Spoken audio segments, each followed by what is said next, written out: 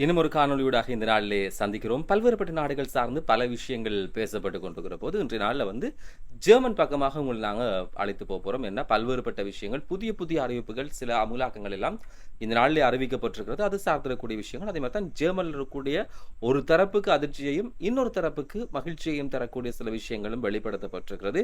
புதிய குடியுரிமை விதிகள் ஜெர்மனை பொறுத்தவரையிலே அறிவிக்கப்பட்டிருக்கிறது. அது மாத்திரமல்ல, அங்கு இருக்கக்கூடிய அகதிகளை திருப்பி அனுப்ப வேண்டும் என்று சொல்லி மிக வலிதான குரல்கள் எதிர்க்கட்சி பக்கம் இருந்து வந்து கொண்டிருக்கிறது. இந்த விடயங்கள் சார்ந்த இந்த காணொலியிலே பல்வேறுபட்ட விஷயங்கள் பேச போகிறோம். மகிழ்ச்சியான விடயம் என்ன என்று சொல்லி இந்த காணொலியுடைய பின்பகுதியிலே பேசலாம். இப்ப யாரும் இந்த காணொலிக்கு வந்தீங்கன்னு சொன்னா மறக்காம சேனலை சப்ஸ்கிரைப் செய்து வைங்க. அருகில் இருக்கக்கூடிய பெல் ஐகானை கிளிக் செய்யுங்க. தேவைப்படக்கூடிய ஆட்களுக்கு இந்த காணொலியை பகிர்ந்து வைங்க. காணொலியை முழுமையாக பார்த்து அதுக்கு பிறகு கீழே வந்து உங்களுடைய கருத்துக்களை பதிவு செய்யுங்க அப்படின்ற விஷயத்தையும் சொல்கிறோம். குறிப்பா வந்து பல்வேறுபட்ட நாடுகள் இந்த அகதிகள் தொடர்பிலான நிலைப்பாடு என்பது ஒவ்வொரு நாடுகளை பொறுத்தவரையிலே வெவ்வேறுபட்டதாக இருக்கிறது. அந்த நாடுகள் தங்களுக்குள்ளே இந்த அகதிகள் வந்தனால வந்து பல்வேறுபட்ட பிரச்சனை இருக்கு, அங்க இருக்கக்கூடிய மக்களுக்கு சிக்கல் நிலைமை இருக்கு அப்படின்ற பல்வேறுபட்ட காரணங்களை முன்வைத்து அவர்களை எப்படியாவது வெளியே அனுப்பணும். பல்வேறுபட்ட நாடுகள் முன்னெடுப்புகளை செய்து கடந்த காலங்களில் கனடா கொண்டு வரக்கூடிய சில நடைமுறைகள் சார்ந்து பார்த்தோம். பிரித்தானியாவும் இன்னும் சில நடைமுறைகளை அறிமுகப்படுத்தலாம் அப்படின்னு சொல்லி எதிர்பார்க்கப்படக்கூடிய வழியில் ஜெர்மன் இந்த அறிவிப்பை உத்தியோகமாக சொல்லியிருக்கிறது. குறிப்பாக கனடா, பிரான்ஸ், பிரித்தானியா இதெல்லாம் அதிகமான குடியேற்ற ஆக்கள் போற காரணத்தினால வந்து நடைமுறைகளை மாற்றிக்கொண்டிருக்கிறது.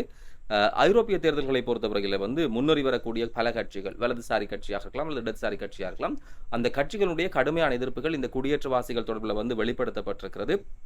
இந்த கட்சிகளிடத்துல வந்து குறிப்பாக இந்த வலதுசாரி இந்த கட்சிகளை பொறுத்தவரையிலே புலம்பெயர்தல் தொடர்பிலான எதிர்ப்பு மனநிலை ஒன்று காணப்படுகிறது. அதற்கு வந்து ஜெர்மனும் வந்து விதிவிலக்கானது கிடையாது.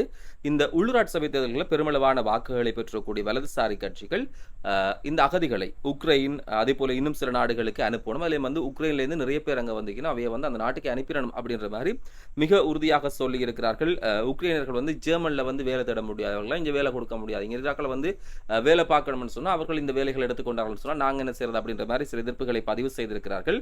ஆகவே உக்ரைன்லேருந்து வந்துடக்கூடிய ஆக்கள், வெளிநாட்டிலிருந்து வந்துடக்கூடிய ஆக்கள், அகதிகள் எல்லாரையும் வந்து திருப்பி அந்தந்த நாட்டுக்கு அனுப்புங்க அப்படின்ற மாதிரி சபைகளையும் அவர்கள் பிரதிநிதித்துவப்படுத்தக்கூடிய இடங்களையும் தேர்தல் மேடைகளையும் வந்து பரவலாக இப்போ சொல்லிக் கொண்டிருக்கக்கூடிய வேளையில வந்து நீண்ட காலமா ஜெர்மன்ல வசித்து வந்திருக்கக்கூடியவர்கள் அல்லது வசித்துக் கொள்ளக்கூடியவர்கள், வசிக்க எதிர்பார்த்திருக்கக்கூடியவர்கள் எல்லோருக்குமான ஒரு செய்தியாகத்தான் இது வெளிப்படுத்தப்பட்டிருக்கிறது. ஜெர்மனுடைய புதிய குடியுரிமை விதிகள் இன்றைய நாளிலே அறிவிக்கப்பட்டிருக்கிறது. ஜூன் மாதம் 27ஆம் தேதி இவைகள் அமுலுக்கு வருகிறது அப்படின்றது மிக முக்கியமாக சொல்லப்பட்டிருக்கிறது. அதுல வந்து ஜெர்மன்ல குடியுரிமை பெறக்கூடிய ஆக்கள் எப்படியெல்லாம் இருக்கணும், என்னென்ன செய்திருக்கணும், அவர்களுக்கான அடிப்படை தகுதி என்ன அப்படின்னு சொல்லி இந்த புதிய விதிகள்ல வந்து மிக தெளிவாக வெளிப்படுத்தப்பட்டிருக்கிறது. இதுவரை காலமும் நீங்க ஜெர்மன்ல வந்து குடியுரிமை கோர வேண்டுமாக இருந்தால் வேறு எந்த நாட்டிலே நீங்க ஒரு குடியுரிமை பெற்றாக்கள் இருந்தீங்கன்னு சொன்னா அந்த குடியுரிமை நீங்க துறந்துதான் ஜெர்மன்ல வந்து நீங்கள் அந்த நாட்டினுடைய குடியுரிமைக்கு விண்ணப்பிக்க கூடியதாக இருக்கும். ஆனா வந்து இனி ஜெர்மன்ல நீங்க குடியுரிமைக்கு விண்ணப்பிக்கிற போது வேறு எந்த நாட்டில் இருந்தாலும் அந்த நாட்டினுடைய குடியுரிமையை நீங்க துறக்க தேவையில்லை அப்படின்றது வந்து மிக முக்கியமான விஷயமா இருக்குது. அதே மாதிரி தான் இதுக்கு முதல் ஜெர்மன்ல ஒரு தொடர்ச்சியா வந்து 8 வருஷத்துக்கு மேல இருந்தா தான் அந்த நாட்டினுடைய குடியுரிமைக்கு விண்ணப்பிக்க கூடியதாக இருக்கும். இது பலருக்கு சிக்கலை தோற்றுவித்திருந்தது. இந்த 8 வருஷம் இருந்து 8 வருஷம் காத்திருந்து கிடைக்குமா இல்லையா என்று தெரியாத அந்த பெரிய அளவு நிலைமைகள்லாம் அங்கே இருந்தது. ஆனா இந்த எண்ணிக்கை என்பது இனி திருப்பி தரப்போகிறது. 5 வருஷமா குறைக்கப்பட்டிருக்கிறது. 3 வருடங்களாலே இந்த குறைப்பு என்பது நிகழ்ந்திருக்கிறது. அது மாத்திரமல்ல, நீங்க அந்த 5 வருஷத்துக்குள்ள ஜெர்மன் மொழியை கற்றுக்கொள்ளணும், அதே மாதிரி கல்வி அல்லது வேலை ஏதா ஒன்றில் வந்து நீங்க சிறப்பா செயற்படணும், பொது வாழ்க்கையில நீங்க பங்கேற்கணும், அல்லது வந்து அரசியலில் பங்கேற்றல், இதெல்லாம் வந்து சிறப்பான தகுதிகளாக பயன்படுத்தப்படுகிற அந்த நாட்டுக்கு போய் நீங்க ஏதோ பிரயோசனமானவர்களாக இருக்கிறீங்க அப்படின்ற வெளிப்படுத்திங்கன்னு சொன்னா அந்த விஷயம் வந்து 5 வருஷம் என்றது உங்களுக்கு எல்லாம் 3 வருஷத்துல நீங்க எப்படியான விஷயங்களை வெளிப்படுத்திங்கன்னு சொன்னா நீங்க அந்த நாட்டினுடைய குடியுரிமைக்கு விண்ணப்பிக்க கூடியதாக இருக்கும். அது மாத்திரமல்ல, ஜெர்மன்ல வாழக்கூடிய வெளிநாட்டு பெற்றோருக்கு பிறந்திருக்கக்கூடிய அனைத்து குழந்தைகளும் எதிர்காலத்துல வந்து எந்த விதமான தங்கு தடையும் இல்லாம ஜெர்மனுடைய குடியுரிமையை பெற்றுக் கொள்வார்கள் அப்படி என்று சொல்லப்பட்டிருக்கிறது. ஒரு நிபந்தனை தான் இதுல இருக்குது. பெற்றோர்ல வந்து ஒருவராவது ஜெர்மன்ல 5 வருஷங்களுக்கு மேலாக சட்டப்பூர்வமாக வாழ்ந்து நிரந்தர குடியிருப்பு அனுமதியை நீங்க பெற்றுக்கொண்டீங்கன்னு சொன்னா குடியுரிமை என்பது உங்களுக்கு இலகுவாக்கப்பட்டிருக்கிறது முக்கியமான விஷயமாக இருக்கு. அது மாத்திரமல்ல, 1960களில் துருக்கியிலிருந்து நிறைய பேர் வந்து இந்த ஜெர்மனுக்கு வந்து வேலை தேடி போயிருக்கிறேன், வேலைக்காக போயிடக்கூடிய அவர்கள் வந்து குடியுரிமை பெற இனி வந்து விழாகாலம் பரீட்சை எழுதணும். அந்த பரீட்சை எழுதி சித்தி பெற்ற தான் குடியுரிமை கிடைக்கும். ஆனா இனி வந்து அந்த துருக்கியர்கள் வந்து இந்த பரீட்சைக்கு தோற்றவில்லை, அப்படி தோற்ற தேவையில்லை அப்படி என்ற ஒரு விடயத்தை அவர்கள் கொண்டு வந்திருக்கிறார்கள். ஜெர்மனுடைய குடியுரிமையை பெறுவதை பொறுத்தவரையில் வந்து ஜெர்மன் மொழியில பேசுகிற திறனை நிரூபித்திருத்தல் என்பது இனி அத்தியாவசியமாக்கப்பட போகிறது.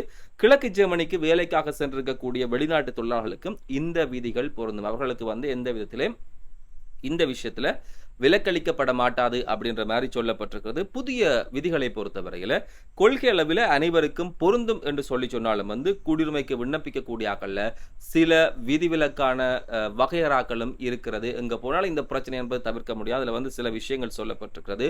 இந்த குடியுரிமைக்கு விண்ணப்பிக்கக்கூடியாக்கள் தாங்கள் சொந்தமாக சம்பாதிக்க முடியும் என்பதை வந்து நிரூபிக்க வேண்டும். இந்த விதியை பொறுத்தவரையில வந்து கெஸ்ட் ஒர்க்கர், அதே மாதிரி தான் கெஸ்ட் ஒர்க்கர் ஜெனரேஷன் இவர்களுக்கு பொருந்தும். அதாவது வந்து விருந்தினர் பணியாளர் தலைமுறையை சேர்ந்த அவர்களுக்கு வந்து பொருந்தும் அப்படின்ற மாதிரி இனி சொல்லப்பட்டிருக்கிறது.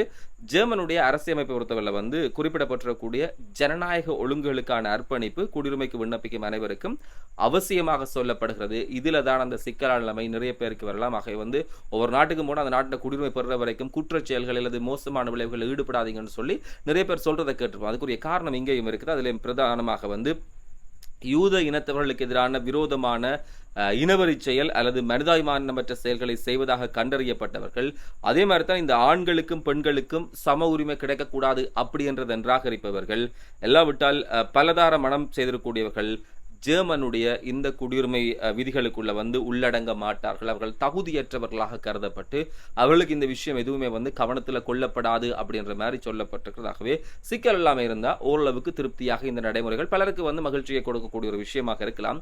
அப்படி இருக்கைகள் தான் ஜெர்மனை பொறுத்தவரையில் வந்து ஜெர்மனுடைய தலைநகர் பெர்லின் உலகத்தில் 3வது மிக மகிழ்ச்சியான நகரங்களில் ஒன்றாக தேர்வு செய்யப்பட்டிருக்கிறது என்பது முக்கியமான விடயமாக இருக்கிறது. இந்த பட்டியல் மேற்கொள்ளப்பட்டிருக்கிறது. மகிழ்ச்சியான நகரங்களை தரவரிசைப்படுத்தியிருக்கலாம். அதனுடைய அடிப்படையில் 3ஆம் இடம் பெற்றிருக்கிறது. குடிமக்கள், அதே மாதிரி ஆட்சி முறை, சுற்றுச்சூழல், பொருளாதாரம், போக்குவரத்து, இப்படி கணக்க விஷயங்களுடைய அடிப்படையில் வந்து இந்த தரவரிசை மேற்கொள்ளப்பட்டிருக்கு.